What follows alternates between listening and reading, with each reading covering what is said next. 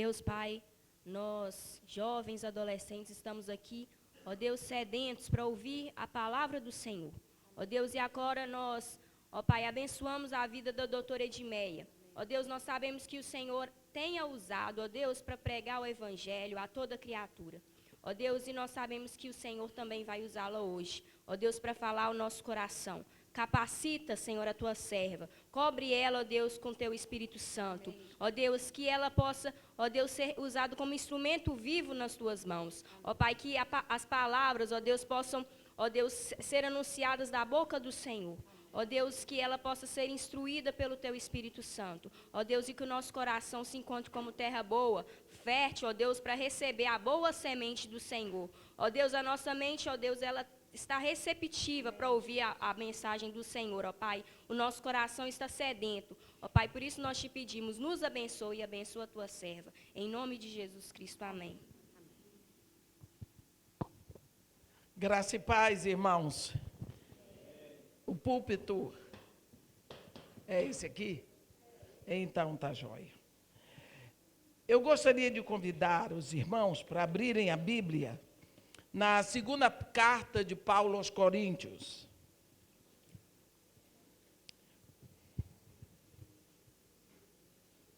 Segunda carta de Paulo aos Coríntios, no capítulo 3.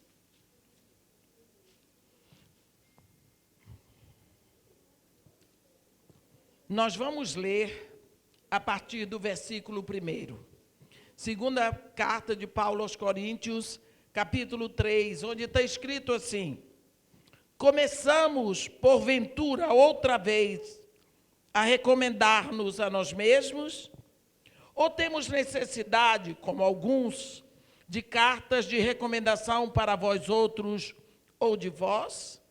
Vós sois a nossa carta escrita em nosso coração, conhecida e lida por todos os homens, estando já manifestos como cartas de Cristo, produzida pelo nosso ministério, escrita não com tinta, mas pelo Espírito do Deus vivente, não em tábuas de pedra, mas em tábuas de carne, isto é, nos corações.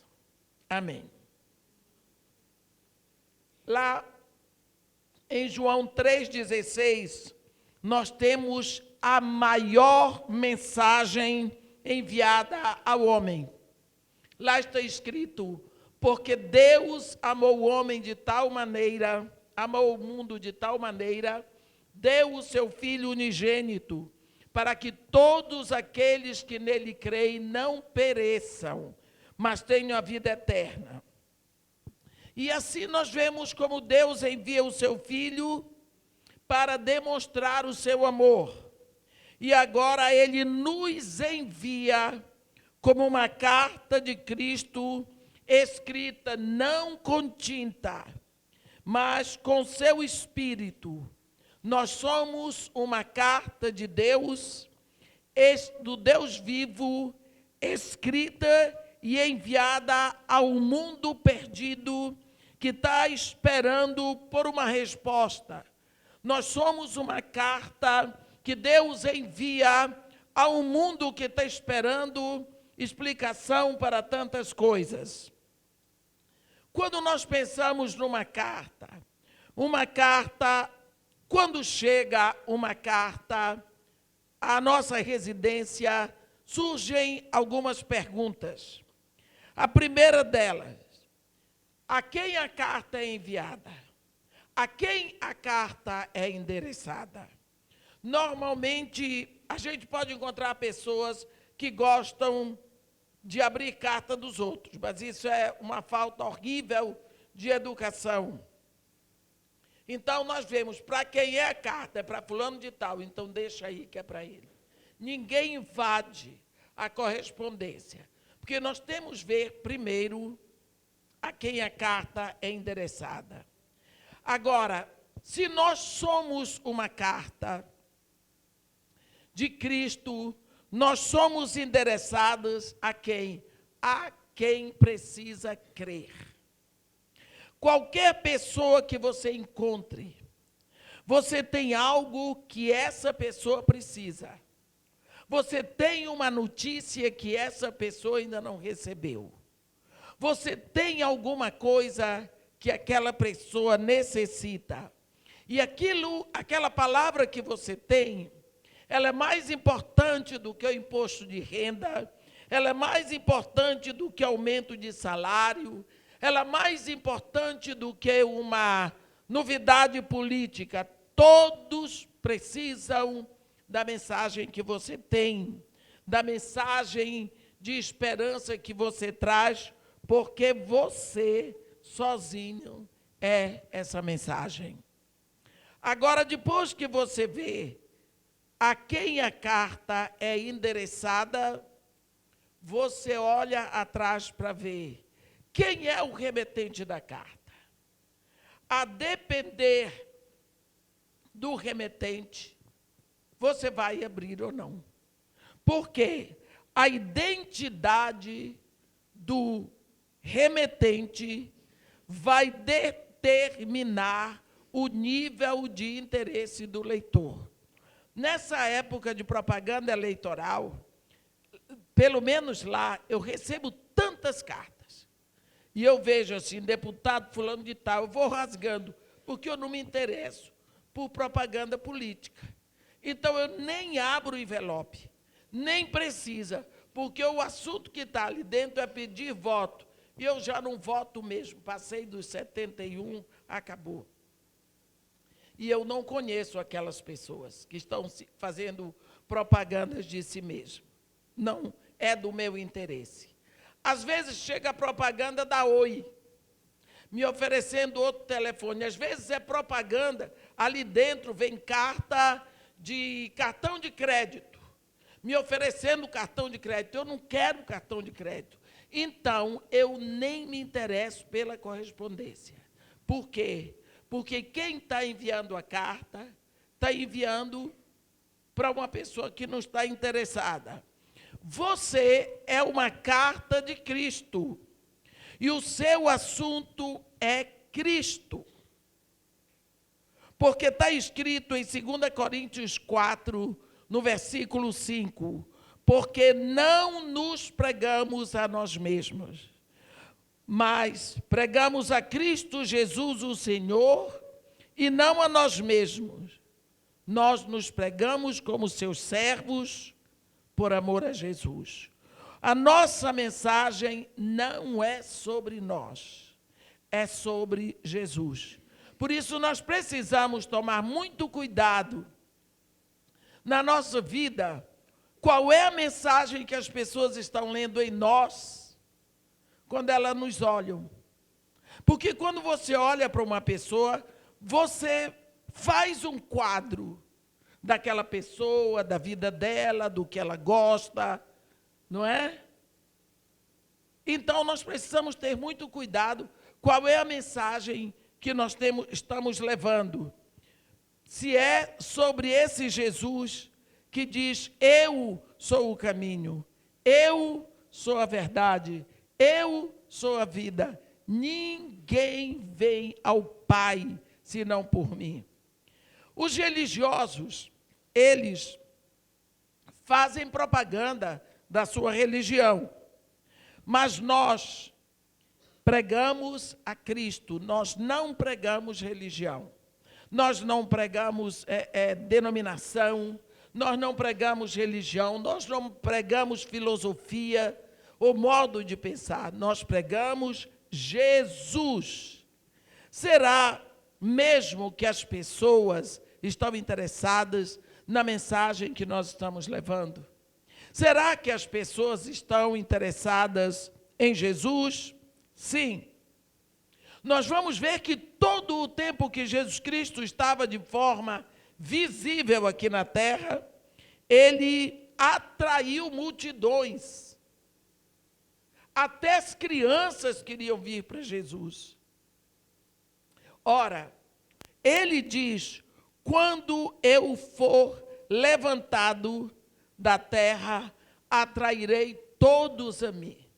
Depois que ele foi levantado da terra, tanto na cruz, como quando ele foi levantado para ir de vez entre nuvens para o céu, ele tem atraído as pessoas, mas ele atrai através dos seus discípulos, ele atrai através da mensagem que nós levamos.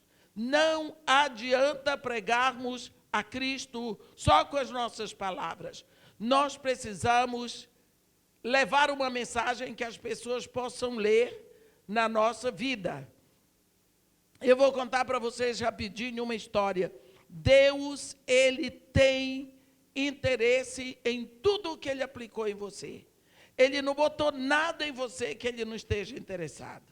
Se você pensar que Deus podia ter feito você nascer lá na Rússia, então você seria branco, louro, dos olhos azuis, aquele aspecto nórdico, totalmente diferente do que você é. Mas ele tinha interesse que você fosse assim.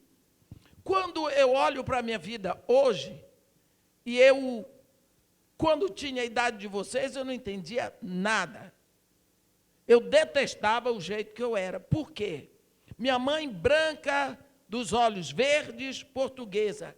Meu pai negro, azul marinho, da Guiana Inglesa. Cresceu na Inglaterra, estudou na Inglaterra, mas era negro. Então, meu pai era casado com uma mulher negra do Mar do Caribe, uma caribenha de Barbados, e teve 6 filhos negros, mas negros. Minha mãe era viúva de um português branco, então, de Braga. Então, os filhos, o casal que a mamãe tinha era louro. Depois ela casou com um cearense, branco também. Então eu tinha, de um lado, uma mãe branca com irmãos brancos, meus irmãos. E do outro eu tinha um pai negro com filhos negros. Então eu tinha 6 irmãos negros e 4 irmãos brancos, e eu no meio, a mulata. Para mim aquilo era um horror, eu não entendia. Eu não aceitava, eu achava que aquilo era uma maldição de Deus na minha vida, porque Ele permitiu aquilo. Como é que se fica assim? Eu não me sentia bem, nunca me senti bem na família da mamãe, porque eles também rejeitavam quem é negro. E na família de papai eu me identificava melhor, porque também sou negra.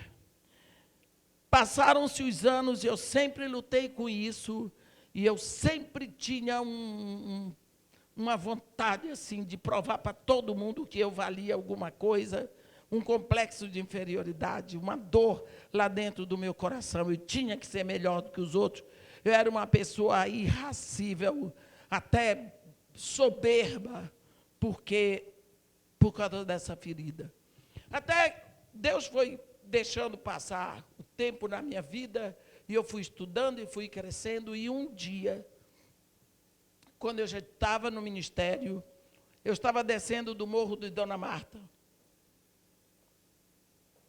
Já tinha começado o ministério no morro de Dona Marta. Eu comecei a olhar as pessoas que desciam. E eu fiquei vendo, de uma hora para outra, como eu parecia com aquelas pessoas. 90% das pessoas são assim como eu sou. Então, eu imaginei, então é por isso que Deus me fez assim, para que eu seja bem aceita na favela. Porque Ele quer ganhar filhos daqui da favela.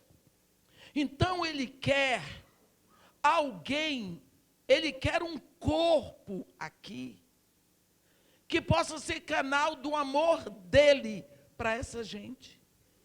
Mas se eu fosse branca, loura, dos olhos verdes ou azuis, aquele povo ia ter uma barreira comigo.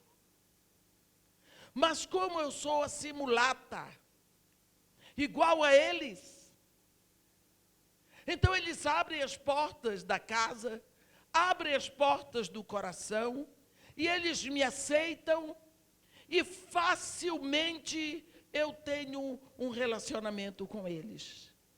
Então, comecei a agradecer a Deus, porque Ele tinha me feito assim, desse jeito. Eu pareço mais uma favelada do que muitos deles. Então, eu chamo todo mundo ali de meu filho, minha filha. As crianças lá na favela, todos me chamam de tio, bandidos me chamam de tia. E eu vou levando por quê? Porque eu tenho que levar uma mensagem de amor. Eles têm que olhar para mim e crer que Deus os ama porque me enviou ali. Então, quando eles olham para mim, eles veem em mim a representação do amor de Deus. Eu sou uma carta do amor de Deus lá na favela. Então, nós precisamos saber que as pessoas hoje estão interessadas em Jesus. Depois da ressurreição de Jesus, ele tem atraído muito mais pessoas, porque onde quer que esteja um discípulo dele, através desse discípulo ele vai atrair pessoas. Lá em João 12 ele diz: quando eu for levantado da terra, atrairei todos a mim. Nada é mais interessante, mais necessário hoje na terra do que um retrato vivo de Cristo assim, aqui. Portanto, nós precisamos nos dirigir como carta de amor a quem cruzar o nosso caminho. E o amor, ele é perceptível em nós. Quando nós nos lembramos que o nosso dever é ser o amor personalizado. O amor é paciente. O amor não se arde em ciúme. O amor não é áspero. Então, se nós procurarmos lembrar o tempo todo o que é que as pessoas estão vendo em nós, nós vamos gastar melhor o nosso dia. Uma carta não pode ser efetiva se ela não for facilmente entendida. Existem coisas que as pessoas escrevem difíceis. Outro dia eu andei em 3 farmácias para ver se eles conseguiam ler o que o médico tinha escrito. Ninguém conseguia decifrar o que o médico escreveu. Do que adiantou ele escrever, se ninguém conseguia ler? Assim, quando as pessoas leem, elas querem ler bem, elas querem ler sem distorção. A carta que Jesus está enviando em você não pode ter distorção. Se você é uma carta de Jesus Cristo enviada ao mundo, quem olhar para você, quem conviver com você, tem que ler direitinho Jesus. Por exemplo, uma distorção que pode ter em você é a desonestidade. Às vezes você esquece de pagar suas contas. Isso é uma distorção da sua personalidade. Às vezes você rouba o tempo no trabalho aonde você está. Às vezes o tempo que você deveria estar trabalhando, você está enviando mensagem no celular. Você está vendo quais são as fofocas do YouTube. E isto é distorção de personalidade. Porque naquela hora não é isso que você devia estar fazendo. Às vezes você leva para casa coisas que você pensa que não vão fazer falta. Uma vez eu estava falando isso numa igreja lá na Gávea, no Rio de Janeiro, num retiro que nós tivemos. E depois a mulher, eu prego todos os anos esse retiro, já há uns 12 anos. No outro ano ela veio me falar: irmã, eu sempre levei papel higiênico do trabalho lá para casa. Ela trabalhava no Banco Central. Mas o papel higiênico ficava lá nos sanitários, todos os dias ela levava 2. Botava dentro da bolsa e ia embora. Então, ela tinha 19 anos de casada, nunca comprou papel higiênico. mas ela se considerava a mulher mais honesta do mundo. Ela era a crentona do gabinete dela. Isso é roubo, isso é desonestidade. Como o pessoal diz hoje, é apropriação indébita. É mais delicado. Roubo é para pobre, para rico é apropriação indébita. Porque não é dela. Como que ela pegou? Às vezes as pessoas levam assim, canetinha, papel, porque tem muito lá no escritório, mas não é seu, você não comprou. Aquilo está guardado ali, aquilo existe ali, para suprir as necessidades dali. Não é para você levar para casa. Então, esse tipo de desonestidade não leva ninguém para lava-jato. Mas ele cria uma distorção no que as pessoas estão olhando para você. Se eu estou olhando para uma pessoa, ela me diz que é crente, e eu vejo ela fazer isso, não tem muita diferença dela para o menino que roubou uma caixa de chiclete. Então você cria uma distorção, você traz uma mensagem distorcida, o caminho para você falar de Jesus já está minado. Às vezes, outra distorção que nós podemos trazer para a nossa vida, para a leitura que as pessoas vão fazer de Jesus através de nós, é murmuração. Quando você se sente injustiçado, você sente que alguém lhe pediu para fazer mais do que você devia. Então você faz, mas você sai murmurando. Você sai achando ruim. Você faz cara feia. E essa murmuração, ela vai deturpar a leitura que as pessoas fazem de você. Porque o certo é você fazer as coisas com alegria. O certo é você glorificar a Deus em todas as coisas. Às vezes nós somos explorados, sim.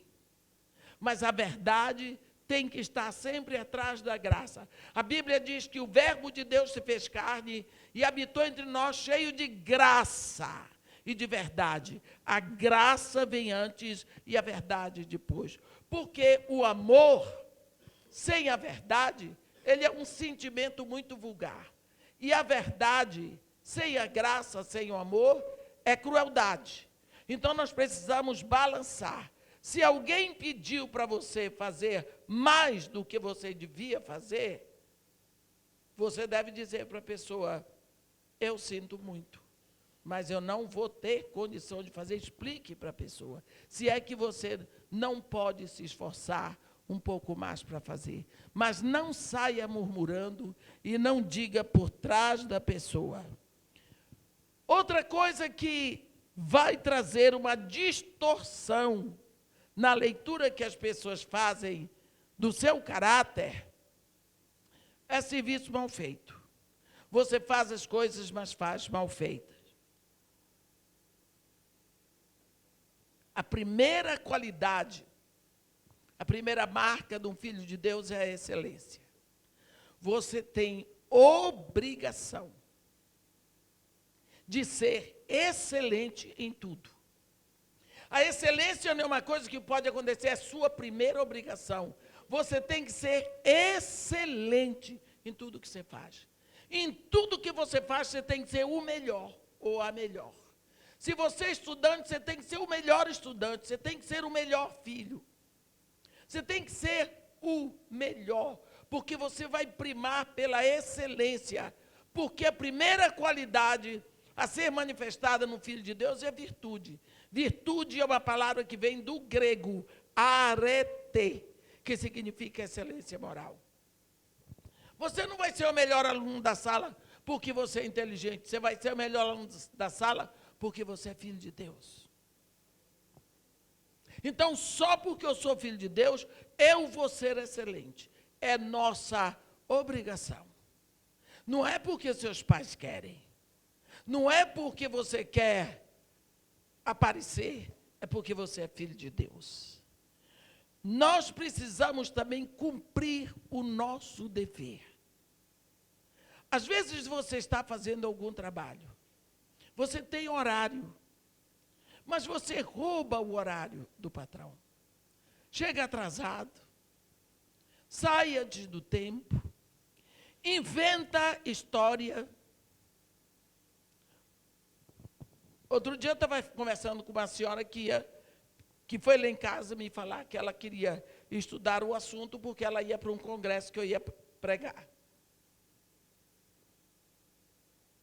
Eu disse para ela, mas você vai poder ir? Ela disse, eu vou. Por quê? Eu já consegui um médico que vai me dar um atestado. E assim eu vou ter a quinta e a sexta livres. Sábado e domingo eu emendo. O congresso termina domingo, meio-dia, segunda-feira eu estou no trabalho. Eu digo, mas se o médico vai lhe dar o atestado, é porque você está doente.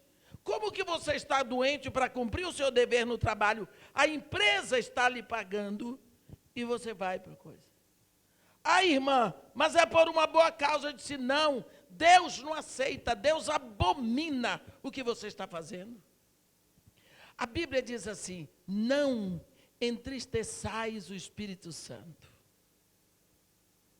Você sabe quando você lê isso em português, você pode entristecer qualquer pessoa por qualquer motivo, mas quando você vai no original é grieve. Don't grieve the Holy Spirit. Vocês sabem inglês. Do not grieve the Spirit of the Lord. Grieve significa magoar, machucar.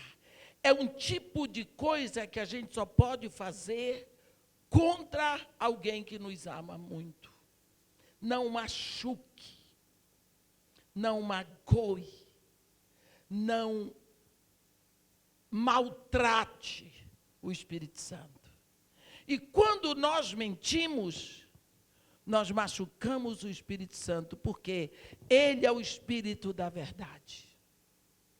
E ele está dentro de nós. E quando nós usamos essas mentiras, a gente diz, foi uma mentirinha. Não existe mentirinha, não existe mentirona, é tudo. Qualquer meia-verdade é mentira. Nunca esqueça que nós somos chamados a viver na luz, porque nós somos filhos da luz. Qualquer mentira é ofensa ao Espírito Santo. Às vezes você vê crente mal-humorado. É aquele crente que tem calunduro, que chamam, né? Hoje tem um nome mais sofisticado. Não, fulano é bipolar. Aí é mais chique. Hoje ele está de bom humor, amanhã ele está de bom humor, porque ele é bipolar. Ele não é bipolar coisa nenhuma, ele precisa de conversão. Porque você já pensou, você tem no seu trabalho, ou na sua casa, uma pessoa que você não sabe se pode dar bom dia, se pode dar um abraço, você não sabe o que pode esperar daquela pessoa? Porque essa mudança de humor não provém do coração de Deus. O que é que as pessoas vão ler em você? Que tipo de pessoa elas encontram em você? Qual é a mensagem que você pode entregar? É a mensagem de uma vida que ninguém quer. Às vezes, você encontra crentes, outra distorção também esse tipo de gente, não me toque. Tudo dói. Olha, se eu disser para você, como é seu nome? Gabriel, como vai você? Tudo jóia? Ó, você viu que eu peguei na mão dele, machuquei à vontade, ele sorriu. Mas se a mão do Gabriel estivesse com um corte, e eu dissesse, Gabriel, como vai? Ele, ai, por quê? Doeu, porque a mão estava enferma. Não tem gente que tudo que você diz dói. Então essas pessoas se gabam, não. Sou uma pessoa muito sensível. Não é sensível, não, é ego enfermo mesmo. Você tem enfermidade na alma. E por isso que tudo que chega ali dói. Isso é enfermidade. Às vezes a gente... Uma vez eu estava pregando em Sorocaba. Preguei sobre dízimo. Quando eu cheguei lá na porta, estava uma confusão. A mulher estava brigando. Porque eu preguei sobre dízimo. Eu não sabia que era proibido pregar a palavra de Deus aqui. Sabe por quê? Porque ela não entregava dízimo. Então eu fui tocar exatamente na ferida dela. Eu não sabia de nada. E se soubesse, tinha sido muito difícil, que eu ia pregar do mesmo jeito. Uma vez eu estava pregando no sul do Espírito Santo. Quem tinha me chamado foi uma moça da igreja, ela era médica. E eu não tinha conversado com o pastor, porque eles estavam em transição de pastor. Mas eu fui. No dia que eu cheguei lá, eu tomei um ônibus em Vitória. Cheguei lá, 5 horas da manhã. Essa moça foi me buscar, fiquei hospedada na casa dela. E o congresso ia começar à noite. O trabalho na igreja. 9 horas da manhã, o pastor foi chamado para ir para uma outra cidade que tinha enterro do tio dele. Lá foi o pastor. Em suma, quando eu cheguei na igreja, começou o louvor e tudo mais, o pastor não tinha chegado. Quando o pastor chegou, já estavam tirando o dízimo. E depois do dízimo eu fui pregar. Foi assim que eu conheci o pastor. Eu estou pregando, muito bem. Aí veio no meu coração um exemplo para dar. Quando a gente está pregando, a história que vier, você pode entregar. Porque é o Espírito Santo que quer ministrar aquilo. Porque às vezes tem uma pessoa, só uma, precisando daquilo que o Espírito quer atingir. Então eu sou só o canal. Eu entreguei minha boca, minhas cordas vocais, a minha presença, e o Espírito é que está comandando. Aí eu dei um exemplo de uma senhora que ficou viúva e não sabia cuidar da fazenda, porque o marido dela sempre cuidou de tudo.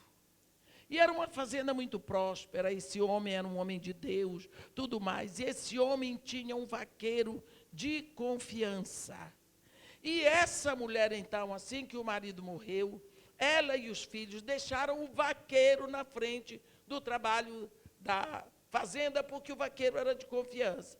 Mas ela tinha um genro que se aproveitou, roubou 10 vacas de leite e vendeu. E botou a culpa no pobre do vaqueiro. O vaqueiro foi humilhado, por muito favor não foi preso e foi mandado embora sem direito a nada. Olhe que história. Quando eu cheguei lá fora, tinha um homem quase batendo no pastor. Estava uma confusão. E o pobre do pastor me chamava. E eu não sabia porque que eu tinha que ir lá. Sabe o que era? O homem estava acusando o pastor. Porque o homem tinha feito aquilo. Havia na igreja uma senhora que ficou viúva. O marido tinha esse vaqueiro. Eu contei a história direitinha, sem saber de nada. E o genro falou com o pastor. A única pessoa que o genro falou com o pastor, ele esqueceu que Deus vê todas as coisas. E o pastor ainda não sabia como resolver esse problema. Então, o pastor queria que eu dissesse para o rapaz que ele não tinha me dito nada. Eu disse, não, mas o senhor não falou nada. Nem falei com o senhor, Não conheço ainda o pastor da igreja, mas o homem ficou com tanta raiva de mim. Como que a senhora não sabia? Se até o número das vacas, 40 vacas, a senhora sabia. Eu disse, e foram 40 vacas. Eu não sabia. Por que que esse homem ficou tão revoltado? Porque foi tocar na ferida dele. Viu? Se eu tivesse contado uma história sobre, digamos, dado exemplo, sobre algumas árvores, isso não teria tocado na ferida dele, mas tocou na ferida dele. Então, existem pessoas que se ressentem de tudo, tudo dói, qualquer palavra, qualquer gesto, ai, me ofendeu. E elas dizem, sou muito sensível. Não é sensibilidade. Isso é ego enfermo. E nós precisamos tomar conta disso, porque isso é muito danoso para os relacionamentos. Outro, às vezes, você quer ser santo demais, quer ser melhor do que os outros. Você assume um ar de superioridade, eu sou mais santo, eu sou perfeito, eu sou... E isso faz com que as pessoas vejam distorção no seu caráter cristão. As pessoas não vão querer esse Jesus que você serve, porque esse Jesus faz de você uma pessoa muito antipática. Como você deve ser lido e apreciado por todos, seja uma mensagem de vida de Deus para que todos possam ler. Quando você recebe uma carta, você quer saber o que está contido na carta, qual é a mensagem que ela traz. Aqui mesmo, em 2 Coríntios, você vai ver algumas palavras que saltam aos nossos olhos, como transformados, somos novas criaturas, somos transformados, transfigurados de degrau de glória em degrau de glória na sua própria imagem. E também diz que nós passamos a rejeitar coisas vergonhosas. E está muito claro aqui em 2 Coríntios 5,17, quem está em Cristo é nova criatura. A mensagem de Deus em nós deve deixar bem claro que nós não somos as mesmas pessoas que éramos antes. Isso deve ficar bem claro. Por quê? Porque assim que você se rende a Jesus Cristo, Cristo muda você mentalmente, fisicamente e espiritualmente. Ele muda você mentalmente como? Porque nós somos transformados pela renovação das nossas mentes, como está escrito em Romanos 12, 2. Somos transformados ou transfigurados pela renovação das nossas mentes. Agora que nós estamos em Cristo, nós olhamos para nós, olhamos para os outros, olhamos para todos à luz da visão de Deus, à luz da opinião de Deus. Nós vemos oportunidades onde antes só víamos obstáculos. Vemos possibilidades onde só haviam problemas. A nossa visão mudou, nós temos agora uma esperança renovada. Nós começamos a olhar as coisas. É uma das coisas que faz parte do meu ministério. De uma hora para outra, Deus me fez ver que, do modo que Ele criou as crianças ricas, Ele criou as crianças pobres. Porque, às vezes, nós pensamos que criança pobre é diferente. Eu canso de dizer para o povo, olha, criança pobre gosta de biscoito, gosta de chocolate, gosta de bolo, gosta de refrigerante, gosta de roupa nova, gosta de carinho, gosta de abraço. criança pobre e criança rica não tem diferença para começar. Porque às vezes as pessoas me chamam e me dão roupa velha para eu levar para as crianças, mas não é roupa de segunda mão, roupa velha, arrebentada, quebrado, suja. Eu não vou dar uma coisa dessa para uma criança minha. Eu tenho vergonha. Que ele vai olhar para mim e vai dizer, a senhora acha que é isso que eu sou? Se eu praticamente crio aquelas crianças, dizendo para eles que eles são de Deus, são feituras de Deus, como é que eu vou levar para eles um lixo? A ordem que eu tenho de Deus é de dar para eles o que eu dei para os meus filhos. Eu, quando vou comprar as coisas, por isso que eu só dou emprego no meu projeto para pessoas da favela, porque elas têm que saber o que eu compro. Então, elas veem que eu compro a salsicha da Sadia e do Perdigão. Elas veem que eu compro arroz tipo 1, feijão tipo 1. Elas veem que eu compro a carne para moer, o lombo de primeira. Elas veem que eu compro tudo do melhor. O que eu compraria para os meus filhos é que eu compro para aquelas crianças. Agora, uma senhora uma vez me chamou e me deu caixas de lata de farinha láctea vencido. A data de validade vencida. Eu voltei na casa dela e entreguei tudo de volta. Me aborreci. Por quê? Ela não deu aquilo para criança rica, e criança rica tem plano de saúde, se adoecer pode ir ao médico. Mas a criança da favela pode adoecer porque aí morre de uma vez. Então, nós precisamos saber, a olhar possibilidades. O que Deus me ensinou foi o seguinte, do jeito que eu dei inteligência aos homens, eu dei. Inteligência, memória, raciocínio, atenção, sentimentos, tudo isso eu dei. Então, o meu trabalho ali na favela é como se fosse garimpar. No meio dos cascalhos, garimpar o ouro. Garimpar o que tem de bom. Eu encontro crianças da voz maravilhosa. Crianças inteligentíssimas. Tem um menino que é o Alex, que ele olha para você, mas ele desenha com perfeição. Se der um lápis e um papel, ele desenha, ele põe detalhes que você nunca percebeu. Quer dizer, um menino que nasceu com um dom.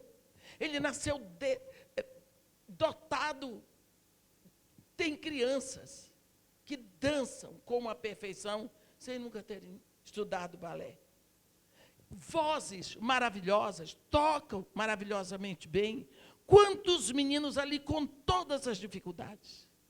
Eu tenho engenheiros, tenho arquitetos que já saíram dali. Tem fisioterapeutas, enfermeiros, pastores, dirigentes de louvor, aos montes que saíram dali. Por quê? Porque eu comecei a ver possibilidades, aonde eu antes só olhava e via problema. Antes de eu ter Jesus no meu coração, se quisesse dar um jeito no Rio de Janeiro, jogava gasolina nas favelas todas e nos presídios e tocava fogo, resolveu. Era isso que eu achava. Depois, com esse espírito dentro do meu coração, eu passei a olhar as coisas na visão de Deus. E como eu hoje sou gente. Eu comecei a ver que, na realidade, a minha mente era fragilizada. Mas, de uma hora para outra, ela se tornou uma mente sem medo, que ficou cheia de confiança, ficou cheia de paz, porque Jesus Cristo, Ele me mudou mentalmente. Ele também mudou moralmente. Lá, existe uma lista em 1 Coríntios 6, está aqui, 1 Coríntios 6, de 9, ou não sabeis que os injustos não herdarão o reino de Deus? Não vos enganeis, nem impuros, nem idólatras, nem adúlteros, nem efeminados, nem sodomitas, nem ladrões, nem avarentos, nem bêbados, nem maldizentes, nem roubadores herdarão o reino de céu. Agora, tem o versículo 11. Que versículo? Aonde Paulo diz: tais fostes alguns de vós, mas vos lavastes, mas fostes santificados, mas fostes justificados em o nome do Senhor Jesus Cristo e no Espírito do nosso Deus. Aqui ele faz uma barreira.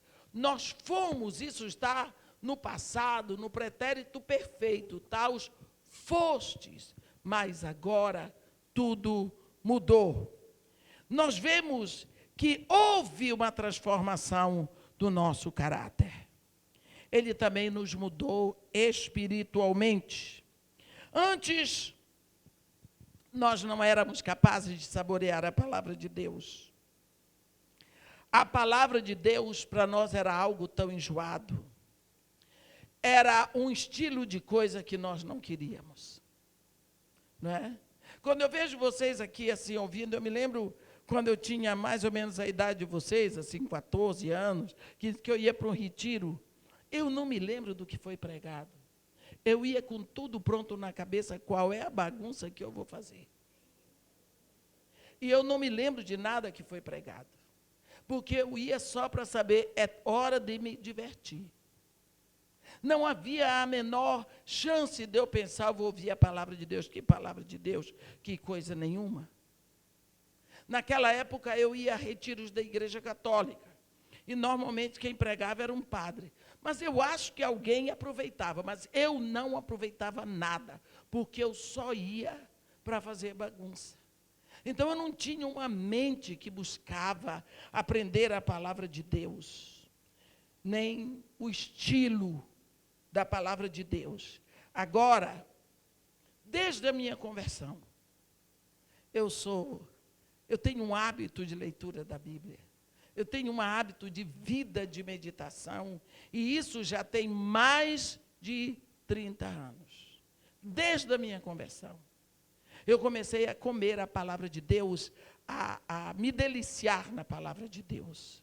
Não é? Então, eu sou vivo pela habitação do Espírito de Deus em mim, e não sou mais natural. Eu não sou mais uma pessoa natural.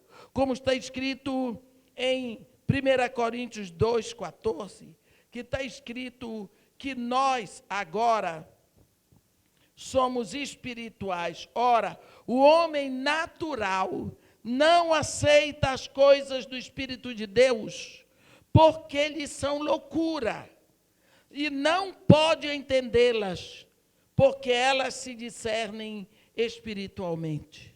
Porém, o homem espiritual julga todas as coisas, mas ele mesmo não é julgado por ninguém. Então, as coisas espirituais, os assuntos espirituais não faziam a menor diferença para mim. Mas agora, depois da minha conversão, isso já fazem alguns anos, então eu posso me apegar a essa palavra e dizer que o meu maior prazer é estar com a palavra de Deus. O que será que eu posso chegar à conclusão? É que Jesus Cristo, através do seu Espírito, me mudou. E Ele pode fazer a mesma coisa com as pessoas que me leem, as pessoas que olham para mim, as pessoas que veem a minha atitude. Quantas coisas que eu decido fazer e que seriam prejudiciais, talvez, eu decido, eu não posso fazer, porque Jesus disse para não fazer. A coisa mais difícil é você lidar e ter um advogado que não acredita que as coisas podem ser feitas de acordo com o Evangelho, e de uma hora para outra, porque eu digo, não, isso não pode, eu não posso fazer assim, porque eu sou filha de Deus. Então, a advogada já chega para mim dizendo, olha, o melhor caminho seria esse, mas você não quer, não é? Eu disse, não, não é que eu não quero. Querer eu quero, eu não posso, porque seria contrário ao meu mestre Jesus. Então vai ficar assim mesmo. Eu digo, não, vamos fazer assim, como a Bíblia manda. Depois ela diz, eu não sei, teve um milagre, porque deu certo. Eu digo, está vendo? Nós já vamos pelo caminho errado, porque o caminho do mundo não. Então, aos poucos, eu estou olhando para essa mulher, para minha advogada, e eu estou vendo essa mulher começar a admirar Jesus Cristo, admirar o caminho reto, admirar a vida na luz. Por quê? Porque ela olha para mim e ela sabe que eu faço assim. Então, nós começamos a ser lidos. As pessoas começam a olhar para nós e admirar. E elas começam a ler um caráter que foi transformado pela presença do Espírito Santo. Nós precisamos saber que nós somos portadores de uma mensagem. Mesmo quando não abrimos a boca, nós estamos entregando uma mensagem. Eu gostaria de falar para vocês de uma carta, que uma vez tinha uma moça no interior, frequentava a igreja normalmente, e ela morava com a irmã dela. A irmã dela era casada, e ela morava com a irmã dela, porque ela não tinha mais o pai e a mãe. E na igreja do interior, havia também um rapaz, entre tantos rapazes, que gostava dessa moça, mas ele era muito tímido. E ele nunca falou com ela que gostaria de casar com ela. De uma hora para outra, a empresa para quem a irmã dela e o cunhado trabalhavam, os transferiu para São Paulo. E eles foram para São Paulo e essa irmã teve que ir junto, porque ela ajudava para tomar conta dos sobrinhos. Um dia esse rapaz chegou para o pastor e abriu o coração com o pastor e disse, pastor, eu não consigo esquecer dela, gostaria de casar com ela, mas eu nunca disse nada, papá. E eu gostaria de mandar uma carta. O pastor disse, escreva a carta e mande. Ele disse, eu não tenho o endereço. O pastor disse, não, mas pode trazer a carta aqui, que eu tenho o endereço deles. Foi, o pastor escreveu a carta, e na carta ele não apenas abriu o coração dele, como ele dizia para ela, seja qual for a sua resposta, me mande a resposta, porque eu preciso dar continuidade à minha vida. E ficou esperando. Mandou a carta. Pronto. Passou 1, 2, 10 meses, 2 anos, 20 anos, 25 anos. A irmã, lá em São Paulo, se aposentou, o marido se aposentou, os filhos casaram, e eles resolveram mudar de apartamento para um apartamento menor, e essa irmã, essa moça, nunca casou. E quando eles resolveram fazer a mudança, ela foi na frente arrumando as coisas para embalar. E ela encontrou embaixo de uns lençóis antigos uma carta. Era a carta do rapaz. A irmã recebeu a carta, abriu, leu a carta e disse, se ela casar, ela vai sair daqui e vai me deixar sozinha para criar meus filhos. É melhor que ela não saiba que tem um pretendente. Escondeu a carta, não entregou. Essa irmã, quando descobriu, chorava profundamente. Só que ela estava com quase 60 anos. E o rapaz com mais de 60. Mas o rapaz casou. Então, você pode imaginar a dor que foi, a perda que foi para essa moça, por causa de uma carta que não chegou na mão dela. Como a vida dela podia ser nova, como ela podia ser feliz, quantas coisas novas poderiam ter acontecido se ela tivesse recebido aquela mensagem. Mas ela não pôde ler a mensagem, porque a mensagem não chegou até ela. O que significa que nós não apenas temos a mensagem de vida, de alegria, de libertação. Nós somos esta mensagem para um mundo que está perdido, para um mundo que está precisando de explicações, para um mundo necessitado de paz. E quantas vezes, fechando a nossa boca, deturpando o modo de vida, nós podemos impedir que as pessoas sejam abençoadas com a mensagem que nós temos que entregar. Amém? Que Deus nos abençoe e nos guarde, que faça resplandecer o seu rosto sobre nós e tenha misericórdia de todos nós. Amém.